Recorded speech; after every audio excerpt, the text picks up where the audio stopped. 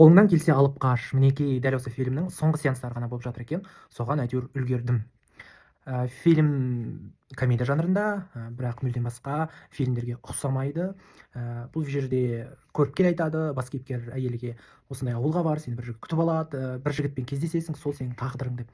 Ал негізі көріпкел енді біреумен келісіп қойған ғой, бірақ ол басқа жігітті көріп, сонымен құрбыларымен бірге жүріп, құрбылар алып қашады. Сондай бір қызық жерлер өте көп. Одан кейін тек бұл күліп шықпайсың, бұл жерде көптеген тақырыптар қосылған. Әйелдің теңсіздігі туралы, ажырасу туралы, ешкім ажырасайыншы деп тұрмысқа шықпайды деген сияқты. Одан кейін балалы бола алмай жүрген әйелдер туралы проблемалар қозғалған. Сонысы өте қатты ұнады. Енді Зарина Кармен профессиональный актриса, көптеген жылдар бойы келе жатырмыз, сондықтан да оның актерлік шеберлігіне ешқандай да мін жоқ. Қанат та соңғы кездерде өте күшті ойнап жүр, әсіресе комедия енді мықты ойнайды.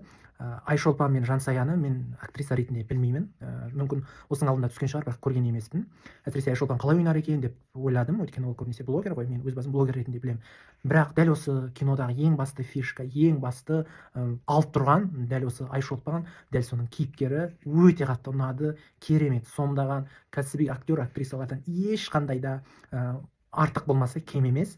Жансаяны стендапер ретінде білемін, ол да өзінің рөлін өте жақсы сомдаған. Одан кейін операторлық жұмыс, енді Қанатжан мырзаның операторлық жұмысына ешқандай да шүбә жоқ, әрдайым керемет. Әмеңгер фильмі маған, былай фильм негізі ұнамағанмен, бірақ операторлық жұмысы идеально болған. Бұл жерде де дәл солай. Бір ғана нот таптым фильмнен. Азамат деген кісі осы фильмнің продюсері болу керек, анау ақ костюм шалбарда, ол кісі вайнер. Соның бір қазақша сөйлеген аса қатты ұнан құрамады, бір акцентпен сөйлейтін шығар. Негізі минусқа жатпайды, дегенмен де мен үшін сондай бір нәрсе болды. Бірақ фильм өте күшті, осы жылы шыққан номер один болып тұр мен үшін, сондықтан да фильмнің жалпы түсірілім тобына көп рахмет айтамын. 10-нан 10 өте күшті.